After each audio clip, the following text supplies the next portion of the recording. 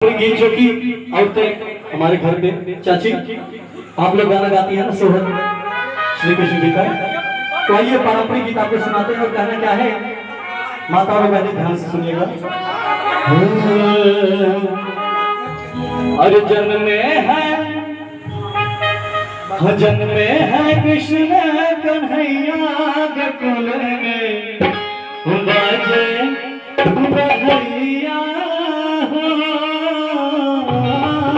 बड़ा ही प्यारा भैया आइए कार्यक्रम बना गाना और भैया दूसरी जगह कार्यक्रम लिए आपके गनियाओं में प्रधान जी के। तो ये कहना क्या है सुहाग बड़ा ही अच्छा सुहाग। अरे जन्म में है कृष्ण कन्हैया गोकुल में बाजे बधैया।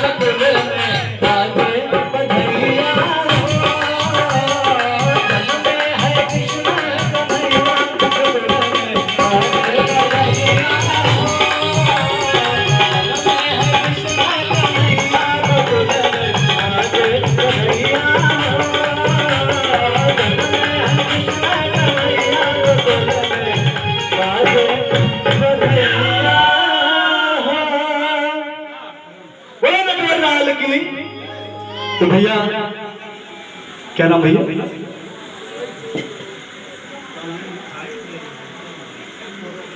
अन्नू भैया इस सोहर पे खुश होके अन्नू भैया जी की तरफ से 21 रुपए का आशीर्वाद एक बार जोरदार ताली भैया जी। और कहना क्या है आइए भैया सब लोग मिलकर भैया एक बार कहना चाहेंगे।